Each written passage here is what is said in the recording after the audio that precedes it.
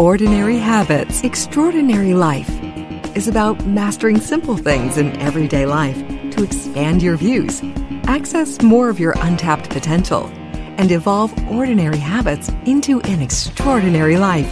Here is your host, Maria Bailey. Welcome to Ordinary Habits, Extraordinary Life, where we dive into life big questions with simple, real, and intimate stories from masters in their field, where we invite you to be curious, be inspired, and simplify the way. Today we have Mark Brand, one of Vancouver's most recognized and celebrated entrepreneurs. He's a chef, DJ, professor of innovation and design thinking at Stanford, and social entrepreneur, among other things. And as he likes to call himself, an advocate factory. Owner of Save on Meats in Vancouver, founder of a Better Life Foundation, and part of the United Nations Catalyst team. Mark is a master at bridging the best from for-profit and not-for-profit worlds to accelerate social change and gather people and their resources to build and unite communities that engage in tough conversations. Now, this is the obvious mastery, and as you will soon find out, there's more to Mark's mastery and devotion than what meets the eye. He truly knows the art of taking something ordinary in people or situations and turning them into extraordinary possibilities. Mark, welcome. It's wonderful to be here. Thank you for a beautiful introduction. You're welcome. So as a starting point, I wanted to ask you, because we talk about mastery, right? And I do think that you are a master of many traits, but maybe we can begin with, in your mind, what is the difference between success and mastery? Yeah, I think there's a large gap there. I think they're very different in my mind, right? And just being careful to set the intention that what I share is from a lens that I've worked really hard on, especially around success. Mm-hmm. So people consistently ask you, I've owned dozens of businesses and have been very fortunate to have gotten what are popular opinion awards, is what I'll call them, right? And in those, of course, the interviews that follow are, what do you attribute your success to? Right. Right. Which is the constant question. And is success based on mastery or expertise? And I say no, I don't think it is at all. I think success is based on a lot of factors that could be popular opinion, right? They could be hitting the right market at the right time. And this is commercial viability and success, right? Mm-hmm. And so my personal success in the way that I measure it is based on impact. And that impact is on communities that need our help. So what is the social impact measurable for me is how I define my success. And it doesn't have to be about a number, right? So people will say an impact, they'll be like, okay, well, 4,000 people is not enough. We're looking to support 400 million. I'm like, yes, of course. But before you can support 400 million, you have to understand how to support 4.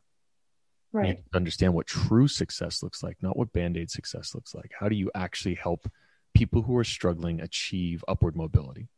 So my success is based on how many people come from not believing in themselves, having society cast them aside, not looking after themselves, really having deep, dark depression, anxiety, and then finding themselves not only thriving in society, but contributing in a meaningful way.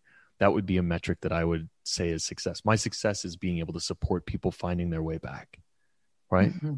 Mastery, I believe, I attribute more to a mutual master that we have, which would be a Diane Musho Hamilton, right? Mm-hmm. To think about who has achieved a level of enlightenment in their field. In the field that I'm talking about with Diane would be integral theory or Zen practice, into a place where they are able to effortlessly teach and share. That's what I believe mastery is, right? Wow. How few words can you say and what energetic container can you create to be able to help others learn? That's what a master is to me. And masters, unfortunately, in the societal norm, have such negative connotation as well, right? Whether it come from slavery, whether it come from the patriarchy in general, right? culinary, we call master chefs. Generally, Right. you'll see guys in white coats. I don't wear a white coat. There's all of these other sort of pieces that evoke trauma and bias in others. And so I'm always mindful of that word, which I was excited to talk to you about it. Because I was Well, like, I'm so glad we're defining it, because I do want to call you a master, and I see mastery in big and small ways.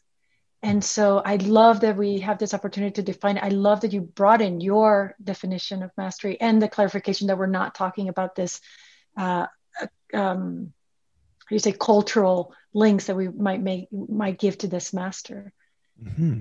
And I guess the other part of it is that I believe deeply, which will impact both of these things, is there is this great tension of individuality and the us, right? So I believe that all of the information that I tap into, people have called me silly things like Renaissance man, and I'm like, everybody is. They were just not given the societal structure to be able to release the fact that energy is just, it comes into us, knowledge comes into us. If we apply ourselves and we remove the nervous tension, we can learn literally anything. But we're told that we can't, right? We're told you have to choose a lane. And so when, even in our conversation leading up to this, like, would you call yourself a DJ? Absolutely. I've spent 25 years of my life DJing plus. I've also spent 30 of it cooking. I've spent 25 of it as an entrepreneur. I've been an educator for over 15 years. I've been working in impact for over 15 years. I dedicate my life to the things that I know I was put here to do. And I can identify with those things as they resonate within my body as I do them. Mm-hmm. So when I teach things to people, I really focus with them on a couple of things. One, what's a skill you wish you could use more? Any of the ones I defined? How much time do you have? And what do you actually care about? What do you really, truly care about? And once you sort of look at that, people are like, I care about everything. I care about animals. I care about the oceans. Like, great. Why? And so as you start to pull that stuff apart, why I care about poverty and homelessness, why I focus heavily on the systemic oppression, is because people around me my entire life have faced those things. And so I feel like this is what resonates most for me. And my whys are deep and long. Right. So it allows me to continue my search of mastery, if you will, in these realms. Mark, so then what is what is your current search of mastery? What are you currently mastering? I'm working really hard and have been for the last, 5 years on interpersonal design with multiple stakeholders, right? So stakeholder design is something that I care a lot about. And what is a stakeholder versus a shareholder? Right. So we built businesses based on shareholders. The people who give us money, we are beholden to. And that goes from multinationals all the way down to independent businesses, which creates so much friction and tension. But when we talk about stakeholders, like who is affected and impacted by the work we're doing, that's very different, right? It's not about money. So if I'm, let's say, producing beer at my brewery on the Sunshine Coast, if I'm producing beer, who are the stakeholders? Well, local residents, the animal wildlife, the water reserve, the people who we hire who have developmental delays, agriculture in general, because we grow on our 11 acres, and so on and so forth. The entire business community, because we're working on new practices. So when you build relationships based on stakeholders instead of shareholders, there's a completely different way to look at things. So if we really want to solve, let's call it the sustainable development goals, which I'm focused on right now and have been since they sort of dropped, we have to understand who is in that system and who has the most to win and to lose. And then you can truly get people to the table and say, hey, I understand that as an Indigenous person, this land truly belongs to you. I don't only understand it, I honor it, and I want to work towards it. So I would love you to come and be at this table with us because I understand and I see you. And so you don't have to come angry. You can come understood and seen. And I'm going to bring other people in. If they choose not to understand and see you, I will correct them. I will hold space for that. So you don't have to carry that burden. Allow me to do that work, right? You just show up and we'll work together. Then you can bring a city official in who says, I don't know anything about this. And, my position relies on me being aware of everything, and that's impossible. Like, yeah, I get that.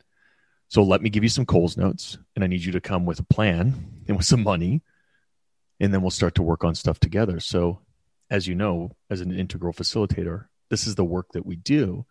And if we can crack these sorts of things, and that one being a hypothetical, but if we crack these, the world changes, right? Because we're at a place right now where we all totally understand, and the pandemic has given us this in part, that the world was built for white men.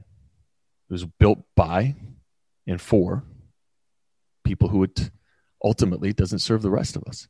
So what does that look like? What does it look like to achieve equity? What does it look like to break all of these systems down? And that's, I wouldn't say what my hunt for mastery per se is, but where I think I can best apply all of my skill sets that have been built leading up to this place. That's where I can show up best to try and be in service of the planet and the people who will come after us. Thank you. I'm going to just pause there to let both your passion, your devotion, and your call to action sit with us for a moment.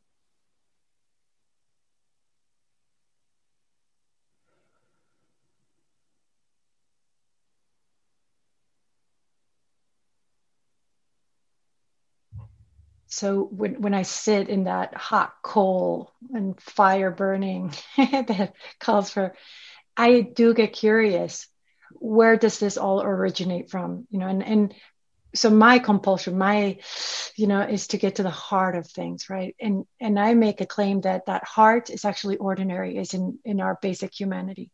So feeling the bigness, both of your heart and your call to action, if we can take it down, then at the beginning of your day, right, as you hold these big things, what are the things that you do daily that almost unbeknownst to you, they're totally linked?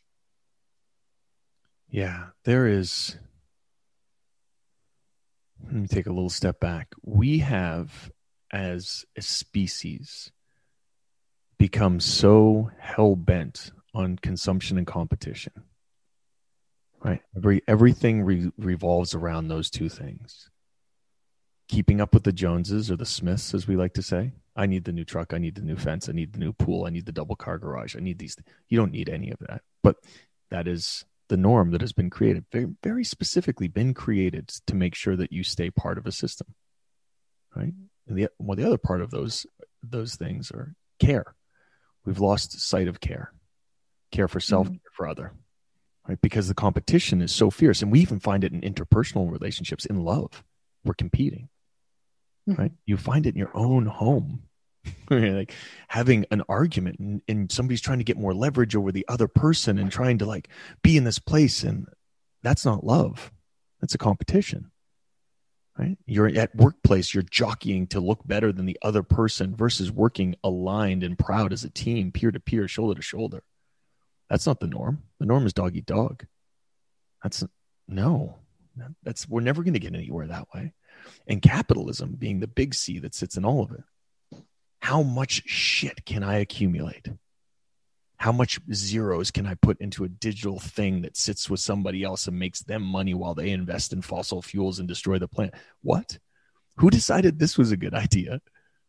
Right? So my morning routine is a deep awareness of care and compassion for myself first.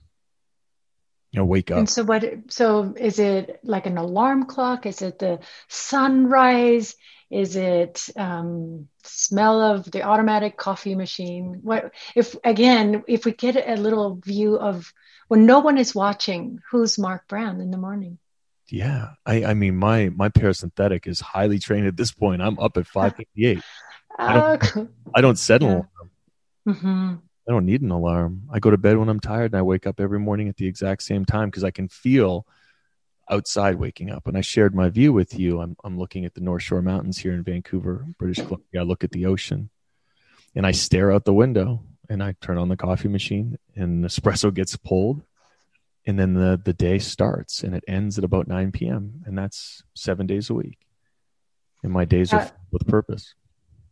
Yes. Tell me if this resonates, but you'll see in this conversation, I'll just try to break it down in tiny, tiny, tiny little pieces.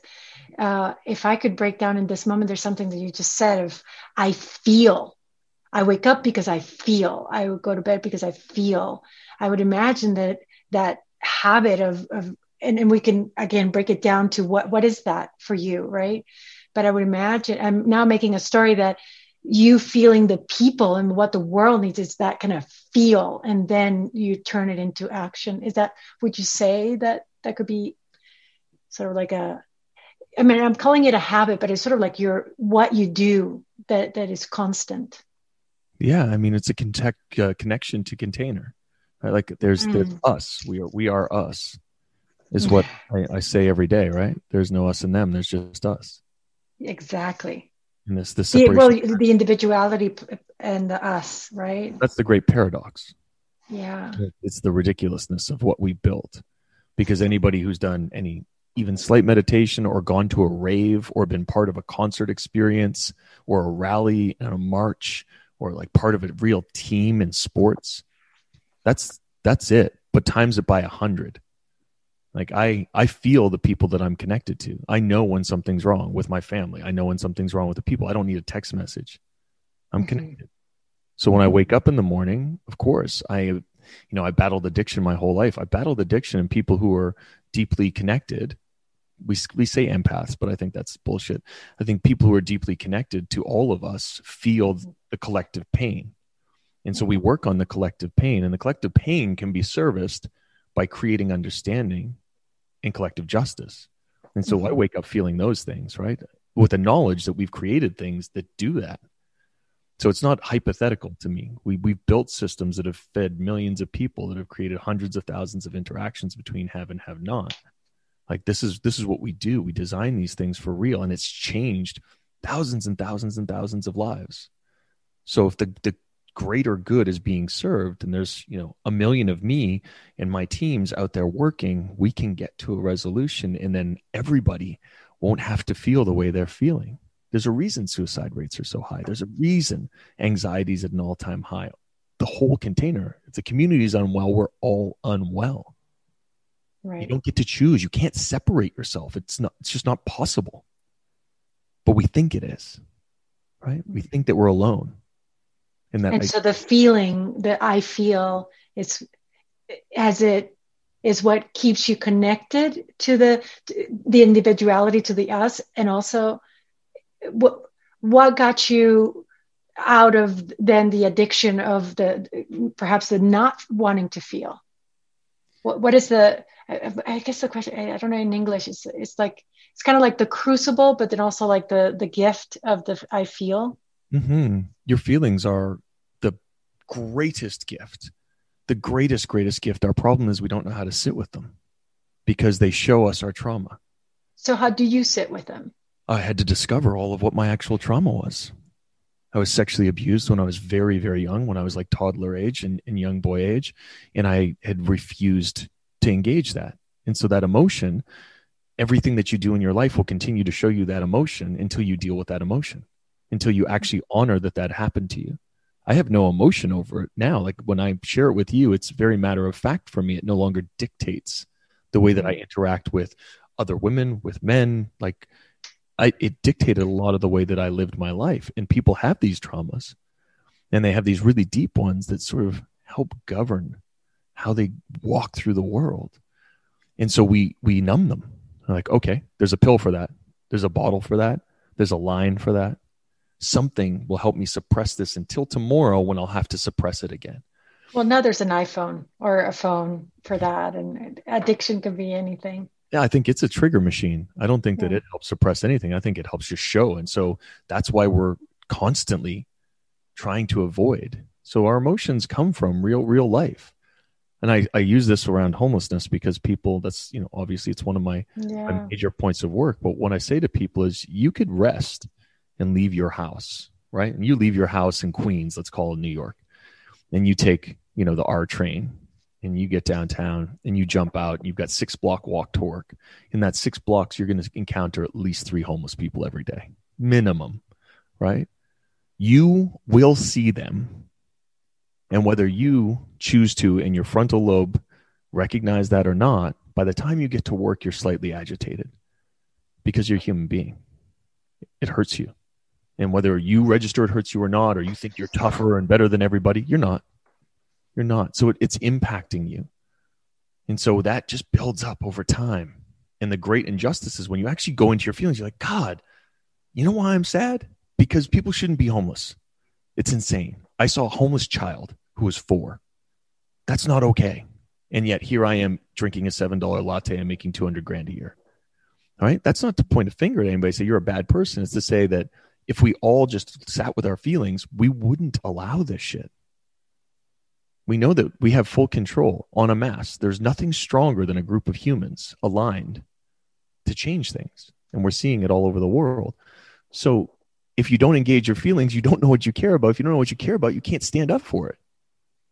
Yeah. It goes back to, again, to what you were saying, time and care and the why. So let me ask you, because again, I'm bringing it back to, because somehow when you say, well, feel your feelings, I kind of get a little like, whoa, there's a lot in there. And, just, and also a lot of credit, right? How many years have I not felt? So to try to back credit. But so did you grow up in a feeling family?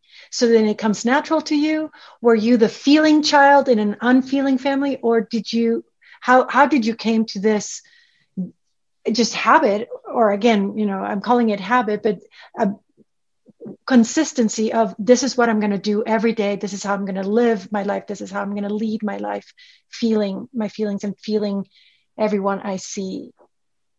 Yeah, no, I was a disassociative addict until I was about, I don't know, 40. Mm-hmm. My whole life. As soon as I could pick up a bottle, I did. I was drinking by the time I was 13. Yeah. I was doing hard drugs by the time I was 14. Right. So I was a full disassociative addict. I didn't understand. I didn't even know. So if I try to reference my memories between the ages of sort of like 3, 4 to 9, people have beautiful childhood memories. Right. I've got almost nothing because I blacked it out. Yeah. And so in that blackout, as it starts to surface, you suppress it. And I'm not an anomaly. This is normal. No, you're not. Right. Yeah. So as I started to reach I could never take a compliment. I could never feel real love. I was incapable of actually accepting love. I would dole out hugs. I knew how to play the role. I mean, I was visibly forward facing, the most caring dude you knew, but I couldn't accept any of it. I didn't believe I deserved it. And I had deep, deep, deep thoughts that I did not deserve it. And they played, right? You don't have control over that stuff. So the work on self has to be one of acceptance first, which is what's happened to me in my life is not my fault. Mm-hmm. I didn't do anything to make that happen to me. I'm not broken. I'm worthy of love. I'm worthy of infinite love. And by taking it, I can also give out 10x. And so practices had to come in place. And that first practice had to be sobriety. What was the choice point? Was there a moment, like, can you remember the choice? I mean, I know in myself, like I was an alcoholic at 18, and I was suicidal also in my teens, but I remember my choice points of where I could just go one way or the other, right? And did you have that? Of course. Yeah. I mean, we all make a lot of very critical choices every day. And in my sobriety, what I had to do was not make it about self because I wasn't ready for that love yet. I had to make it about other. And so I'm really good at that. And I was like, you have 1,000 people that you feed a day that will not be fed if not for you showing up properly. Right. Well, that's easy. Right. I can lean on that. You have a team of, at the time, 400 plus employees and peers who love and trust you. And you need to actually be able to make good on that. You have all of these businesses that are running and you have the attention of a global lens and impact. Are you going to be honest or not? So what was the moment like? Do you remember the exact there's moment? been multiple moments, Maria. I relapsed twice this year. The battle is never over. Right. the war with self and with energy is never over. I had to face yet another layer of demons amongst the pandemic, which is, and then you know me, I'm on the road 300 days a year. Right. So what does it look like for a person who's in impact, hands in the dirt, 200 of those days, at least 250, right? Working remotely. I'm in, 25 countries a year. What does it look like to have to sit with self all the time? Not some of the time, all of the time. And then really get deep and reflect into some of those things. So I have critical moments in this pandemic where I just couldn't deal, and had to find some new habits and find some new ways of mastery, if you will, of self. And I had to radically change my diet. I had to change my space. The physical space that I'm in is new, and it had to be, because I'm here all the time. I rediscovered my love and mastery of music and records, and I've spent hundreds of hours cataloging and going through old soul and funk records, and then getting the gumption up to play live again. So I've been streaming, and it's beautiful. And I'm part of a community online of DJs, some of whom I'm known for 20 years. That's beautiful. We have hundreds of people who come and share their pain and listen and dance in their living rooms. You have to create new ways of being, because the addiction doesn't go away. So how have you done that in the last year in the pandemic to create new ways of being? Yeah, everything I just said, plus, right? So I'm going to press here. I'm trying to pin you. I want to get to a more textured, because you said better eating habits, nutrition, and all of that. So as a listener, or I'm here listening to you, it's like, well, no shit, right? Yes. But given how you've gone in and out, of addiction and out, how you've been unfeeling and now you're feeling, I am curious in your way of either, if whatever you can share with us, that is either how you make the decision, how you turn toward the new habit, how you set it up, how you consider, again, it's your intimate story, right? Of how we get to learn through your story and imagine ourselves maybe creating difference in our life. Yeah, it's very simple. It's scheduling and reflection. How did that feel? What does it feel like this morning? Do you feel better? Do you feel worse? Do you think that this is it worth doing again? Let's try it again tomorrow. Right. And in the sobriety journey, every day is a check-in. Hey, how are we doing? How is that going for you? Of course, therapy is a huge portion of it, but something that I highly recommend to people, highly, highly, highly recommend to people, is the discovery of the use of psilocybin for trauma. And I can't say enough good things about it. As somebody who's been using plant medicine for, recreationally for 30 years, it took a turn for me last February when I did a medically led hero's journey on psilocybin with MDMA boosters. I did not get high. I accessed my trauma directly. Right. And so this is directly correlated to why and how I can do habitual things, because I saw my higher being and was in discussion with my higher being that told me what I should be doing and how I was worth it. And if that's a little too far out for folks, remember, I got it out the mud. I didn't grow up in a woo-woo family. I was a paper boy at 12. I was cooking pizza at 14 on minimum wage. I've been working every day of my life. I'm not that guy. I don't have a bong in my house. I don't eat or smoke weed. This is very much a connectivity to the 5 in your brain that opens up and allows you to see self and create better habits for yourself, because you start to understand that you believe it because you are bigger than you. And so when I am in my daily habitual things, I have an option every day, right? I'm working 12 to 14 hours a day. Do I have 30 minutes to cook myself something? You make that 30 minutes. Otherwise, I make a poor decision, and that poor decision stays with me for a cycle of 2 days. Right? And I'm not over here blending crazy hero smoothies. I just sear a piece of salmon and put it on some beautiful seafood, on some beautiful greens that I got. Like none of it is complex. And again, something else I heavily recommend, not because I work off followership, but because I share all of these practices on my socials. If you are an Instagram user, it's just my name at mark.brand. And I share all of this stuff in detail, from how to cook through to how to deal with addiction, through to my lens of the world and the partnerships that we're in daily. And I think that all of this stuff should be as normal as learning ABCs, right?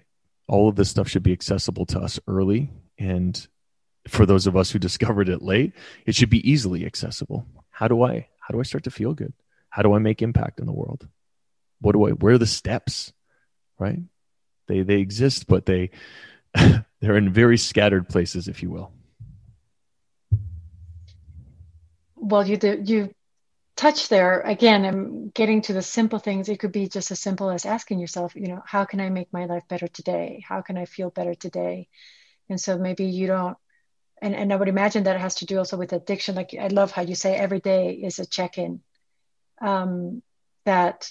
It's not like, well, I'm going to be sober the rest of my life if I can just be sober today. I'm going to get over the hump today, or I can make my life better today.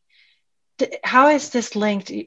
Earlier on in the conversation, you talked about that it's about removing the nervous tension of, what we see, what we experience. You talked about it as in seeing the homeless in the street, but every day, I guess, we see things that make us anxious, right? In our life. How does that relate to that? Consumption and exposure, right? Consumption and exposure. Like just think about those two things as how you're going to plan your day. And I mean mentally, physically, same, right? What are you going to consume? What are you going to expose yourself to? What's within your reach mentally and physically? What are you going to take in, right? We are a basis of the series of inputs that we take in, short-term, long-term, second by second. All right. So I love social media. I love it. People are like, the internet's terrible. I'm like, no, it's wonderful. You just have to set some limits for yourself, right? You can get lost in those things for hours. Don't. Be very careful who you follow and why. Be very careful of what conversations you engage in and why, right? And people, particularly in socials, have this need to be smarter, faster, wittier. Just leave that stuff and literally don't engage in any of it, right? Use it to consume the things that you are curious about, that you want to get mastery of, to find and seek out the partners that you want, the mentors. All of those things are out there for you to find and to engage in, right? When you say how are the steps, and you were pushing back for some granular parts around even records, I just chose, right? I could have chose. I've been isolated for 95% of this. I have polycystic kidney disease, a heart condition, and a lung condition, and just a series of issues that come off of that disease.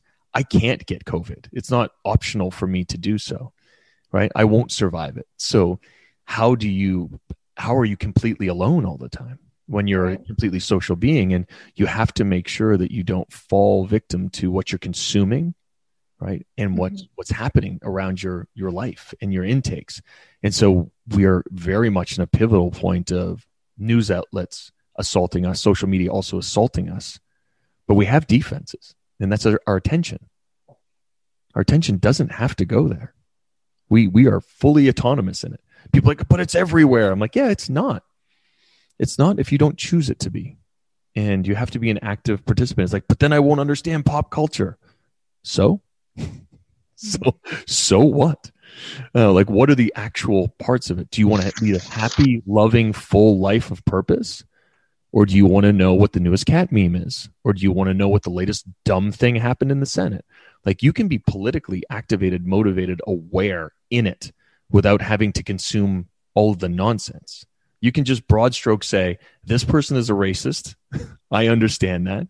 My goal is to get them out of whether it's a DA seat, a sheriff seat, or whatever in America or globally, any of those things that democracy is working in. You just focus on the good stuff. Put all of your efforts and energy and light behind that versus like building this repertoire against other. You already know that's negative. Just take it as such and leave it alone, because it takes from you. It's poison. It's literal poison for your soul and for your body. Adrenaline sits right over the kidneys. So for me, if I get too hyped up, it releases poison. It's one of the only things in the body that does. So as we engage that, we're literally poisoning ourselves. So you just got to be really, really careful about it, right? I lived my life angry for a very long time, and people consumed me as angry. They were like, "Ooh, it's that agitated activist guy that's he's always yelling at people." And I still yell. I yell from stages all the time, but I'm yelling about how ridiculous things are, not about whose fault it is, because I believe we're all complicit. Right. So unless you can point the finger at yourself, don't start throwing them at other people. It's not going to work. It's not going to absolve you of the guilt you feel by blaming somebody else. I promise you that. Mark, what's the difference between addiction and devotion?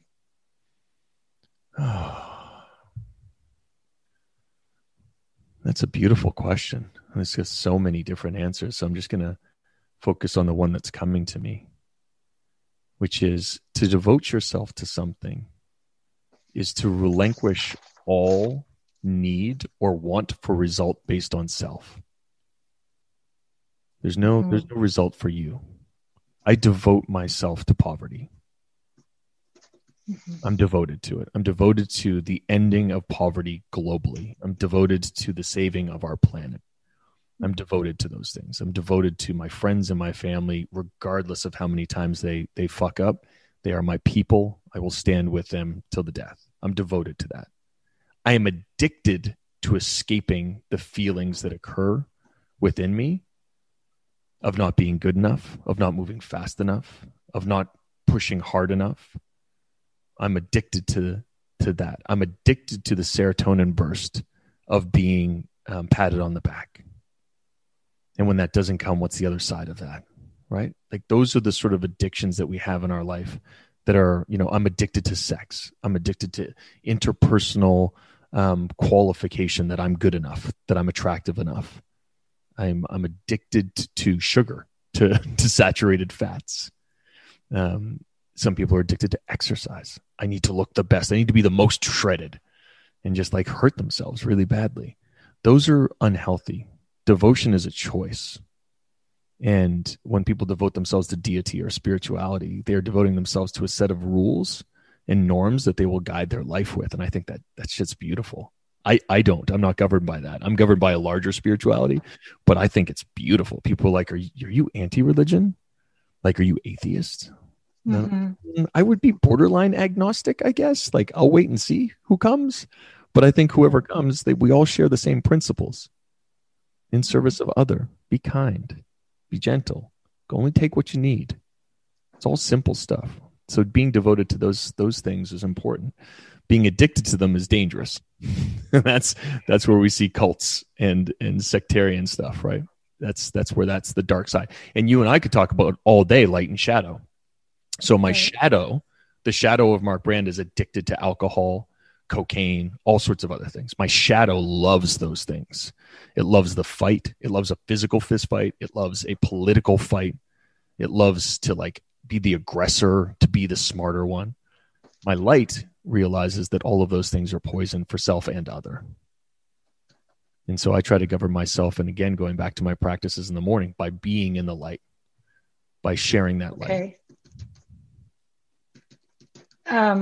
So again, now you're giving another nugget. It's like, oh, Mark Brown in the morning, he does some practice that helps him be in the light. But hey, before we shift though, would it be fair to say that devotion is service and addiction is consumption and exposure? Yeah, I mean, that fits for sure. I think it's nuanced. Right. There's a lot of nuance that would need to flush out there, but yes, definitely. I mean, yeah, just because you were saying like the rigged and I want this and it had to do with, well, what I'm taking in, in excess. Yeah. And then also how I'm showing and projecting myself, in ways. It's a beautiful analogy. Yeah. It was, you're designing a system over there. It feels like you're designing a system. Well, I don't know. I'm just listening to you and connecting, looking at the constellation of all the things that you're highlighting. And it just felt like, oh, it's a simple way, perhaps. Again, not so nuanced, but like if you are in service, if you are offering, if you are without the idea of gaining for myself, or then most likely you are in devotion of something greater than yourself. And if you are focused on, well, what I'm getting, and even actually my own pleasure in that kind of what's the word, self-concerned way, or showing projecting self-images coming from a self-concerned way, most likely you are some level. You're nodding. I want to see what you want to say. I mean, there's so much there, right? There is. Right. Why do we need that? I think is the next question. Why? Well, because it's, again, I can do interpersonal stuff too with this, but it's I am not recognized or seen. I'm not seen. And when I'm not seen, I need to do more. Is that a new watch? Is it, the new car? Is it those things? Is it, I have to point out to my partner their lack, like what are they doing wrong, versus saying, so in that moment that because in that moment where you do, when you feel the addiction, that like that escape, or that this is going to feel good in the moment, how do you autocorrect? What brings you back to your devotion? Yeah, I mean, luckily those spaces are few and far between for me now. But when they do arise, my thought process is immediately is the deep memory, and I sit with the pain of what it costs for recovery. Right. How much time I lose, because you lose time, and you're removed from your body. Ultimately, when you're putting things in, your soul leaves. It's like, I'm good. I'll come back when all of this shit is out of here. What a beautiful thing about psilocybin is, and people who've used mushrooms recreationally with alcohol will know they'll throw up, right? You are physically ill. And why are you physically ill? Because mushrooms show you poison in your body. It's one of the greatest tools to quit smoking and quit drinking is to microdose, because your body's like, no. We don't put poison in our body. We don't do that. In indigenous cultures, alcohol is known to remove the soul. I need my soul. I need this interconnectivity. Right. I need it. It's my tool every single day. It's my North Star. It's my compass. It's my guiding light, whatever you want to call it. Without it, I'm a shell. I'm only my shadow, right? Because the light has been removed. So when I'm like, hey, maybe a Manhattan would be great. I'm like, yeah, a Manhattan is 10. It's not 1. And then, you can wallow. And people use it often to access real emotion, right? If you've been up at 2 a.m. at the party and everybody's like sharing their real feelings, but they're not really real. And then the next morning, nobody really talks about it. Like, you actually have access to that every day, but we're scared to put ourselves out in a certain way. I mean, you and I run in circles of deep love and appreciation, right? We're very, very, very lucky. And we've worked hard to be in those spaces and to show up in those spaces in true service. So when we meet each other, within a day, the words love are exchanged, the hugs are long and deep. There's an appreciation for each other's being, knowing that we are part of each other's being. That's not normative behavior, but it should be, right? And so we find our resolve. And for me, I would access my emotions to take it back to self for a moment. I would be able to cry if I was drinking. I wouldn't be able to cry otherwise. Like I wouldn't be able to access that. Which is crazy, right? But there's so much trauma built up. I have deep PTSD from dozens of different things that have happened in my life and working in the trenches for so long, and death and overdose. And, I attempted to take my own life at 30, like all kinds of things, just so much of it. And so the only way I could access it to share it with others so I wasn't carrying it was through drugs and alcohol. And that's very normal. I say that because that's what they're for. That's why they're successful. You go to the bar, you bend a stranger's ear after 3 whiskeys. Like, that's it. But we can create these circles of trust and networks of trust in our friends and families, in our interpersonal relationships, in our peers in business, with mentorship and menteeship. Those things need to exist for everybody. That's how we're built. But alcohol and drugs allows us to access it without having to do the work. Right? So I just remind myself I've done the work. I have a community. We have a lot of mutual friends that I lean on during these moments who help me reflect myself when I'm not feeling enough, when I don't feel like I'm doing enough. Beautiful. Again, I bring it back to simple things, right? That I'm watching you do as you do these big things, working for the United Nations, working for United States, Mexico, Canada, serving the homeless. And it's just, again, it goes back down to just making your day, what can you do today to make your day better? See if you're in a tight spot, seeing the cost. Like, really, are you really going to go that route? Are you really going to spend that time? Right. And what you said earlier also, like why does it matter? Why do you care? Like, connect to that care that I really feel that fuels you. And so again, you're not, when I hear you, it's not a foreign feeling. It's not, there's Mark Brand and, I can't do what he does. Well, you did start this, like, well, we are here to do something. Well, you're doing what you were sent here to do. And well, Maria Bailey's here doing what she was sent to do.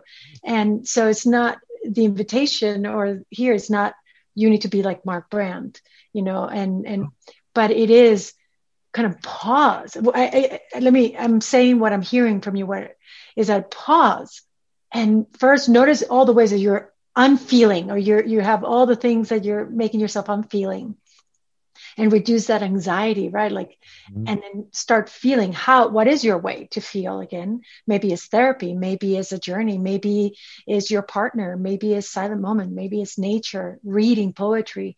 What is your way in that actually it's a healing way to connect? Beautiful. But for sure, your biggest call to action that I feel is that then, like, care and today, like what is that gesture that embodies your care, and stay with it. Have I received you? You have, and I think there's just a couple really important clarifiers in there too. It's time, right? We're in this. Right. You did talk about care and time. Instant gratification space of like, I want to be the best at X tomorrow. I've been doing impact work for 15 years, every single day of my life. Not like I moonlighted. No, I put every resource, every energy, every relationship, every employment opportunity, every talk, every event, every culinary destination, from the Vatican to the border. Everything is based on it. And I poured my entire heart, love, and soul into it. I am just now, literally this year, feeling like I can take my foot off the gas slightly, where I'm like not redlining. 15 years, right? So when people are like, how do you get started? I'm like, you gotta take baby steps. You have to do things. And I'll share this analogy really quickly. I'm finishing the book on it right now, and it's really, really quick. It's a Venn diagram where 3 circles that intersect, and you are at the center of that circle. And you have to ask yourself these 3 very critical questions. We started with this. What do you care about and why? Find your why. And it's simple. Like, you're going to think it's overwhelming. It's not. And you'll be like, I care about grandmas and them being homeless because pension checks don't match what the cost to live now. Why? Well, because my grandma actually became homeless. Perfect. Stop there. How much time do you actually have in a week to dedicate to something else outside of the multiple jobs you may have, or all of the things that you're doing to keep yourself safe? Is it an hour? Is it 2? Is it 5? What is realistically your answer? And be truthful, right? And you don't have to quit everything. It's like, well, I like to watch Netflix for 10 hours a week. That's fine. Did you watch it for 8? Would that be okay for you, right? And ask yourself, be like, I got 2 hours. I care about grandmas. Then what is a skill that you can bring to the table? And before you do that, you identify organizations locally, and you don't call them and put the burden on them. This is incredibly important. You have to do your research. Right? Okay, there's actually an old folks home that seems to be a little dilapidated. They're looking for some funds. They need a little bit of help with volunteering. What could I volunteer with? Ooh, I teach crocheting. I teach the ukulele. I'm really good at soccer. Whatever it may be that you really love doing. It doesn't have to be a job or something somebody said you were good at. Something you love doing, because you'll keep doing that. You take those 3 things, and then you plot out a plan for yourself of how you're going to help other people. Then you reach out to those people. You provide them a plan. I'm available Tuesdays, Thursdays, or Sundays, 2 hours. You choose. I'll plot and commit to 6 months, 3 months, whatever feels good for you. And I absolutely, unequivocally promise you, your life changes the moment you make that commitment. It's over, right? Like the thought of like, I don't do enough is now over. And there's only one, from my research and understanding from friends who I love dearly, there's only one moment of emotion that is greater than being in service to other, and that is having children. Outside of that, being in service, when you leave a volunteer opportunity, feeding people, looking after people, taking care of them, you are your truest and highest being. And you're like, God, that is something I would like to be devoted to, not addicted to. That would help change, because then you realize, wait, am I a good person? I might just be a good person, which means I'm worthy of love, which means I'm worthy of feeling. Maybe I could feel some feelings, and the whole world opens up for you. It just changes how you view yourself, how others view you. It's a beautiful path. And once that path starts, you never know what's going to happen. Maybe your whole life shifts to being in that service. Maybe you start a business. Maybe you join that business. Maybe you stop doing the thing that you thought you were supposed to be doing that just makes you miserable. And yeah, that's probably the best piece of advice I could give anybody. Thank you, Mark. I'm noticing as we're nearing the end of this conversation, it's that as I listen to you, perhaps the habit, again, I'm calling it habit, but the way that I see you orient, and I don't know if this was from the beginning, is your we mentality. Because you just gave us this advice, but I could imagine Mark going through all, like you just told us perhaps the story of your life as you said, hey, let's. And so I've noticed throughout this conversation how little you use I. And I know I've kind of pushed you along. It's like, but Mark, tell me, what do you do? And I think perhaps the habit is, no, what are we? And what are we doing? And what are we going to do? And what can I do for we? And what is my part in our we? And that's beautiful. I could use that practice of more. And, I'm very introspective and, and I can get very self-concerned or self-involved in how I'm bettering myself or improving myself, or even what I can do for you, rather than, hey, let me check it out. Even like, what is we here in this conversation? And then me as part of the we rather than I here. It's a beautiful reflection of self as well, and great awareness in the why it's completely unintentional at this point. I am just being, right? My being has evolved into a place of this is how I speak and how I think. And it is completely and utterly effortless. Is something else that you'll find about yourself as you continue to like land in these spaces is I don't have to think about what I'm going to say. I just talk. Right. And the words that come out are the ones that are supposed to have been in service at this moment. And that's how it always works. So the idea that we're individual is a lonely place. And when I work with so many people in a coaching manner who are leaders, and they're consistently also saying I, because they've been bred that it's about them. And I know for a fact, and my teams know for a fact, that everything that I, as the advocate or spokesperson for our work, do is powered entirely by them. Right? The fact that I can be here with you today for an hour is because of other. So we are a team. And when I'm speaking to you, I represent a group of individuals, some in my employees, some who I work for, some who are just peers. I represent an energy and analogies that we believe in will make the world a better place. So it's easier for me not to think about it as being, when you say my name, I'm kind of like, yeah, that's present for me, but not really, right? I'm here, but I'm the conduit. So again, I just love that. If I break that into a habit, it's like by cultivating the habit of that we perspective, undoubtedly, you'll be in service of the moment. So if you have anxiety at work, anxiety in the family, anxiety in relationship, anxiety of anything, just shifting that I to the we, then there's undoubtedly, again, your action, what you say, will be in service of the moment. Absolutely. I'm drawn to use the comparison of facilitation, just because I know that we've been in rooms together where I'm facilitating. I often think about just putting my hand on somebody's shoulder, Mm-hmm. right? Whether that be not literally in this context, but literally in that context, where somebody's just trying to get to that next space, and you just put your hand on their shoulder and they're aware that you are as one at that moment. Yeah. That is how I live my life. And it's like, I'm here for you. I genuinely am. And I'm here for us. And I will give the rest of my moments and my time and my days to us, to make us safer and healthier. And that's the job that I've chosen and designed, right? So that is the I part, is I designed this. I designed to be in this space and worked incredibly hard to be able to be the we. Well, and I heard you also, your choice, right?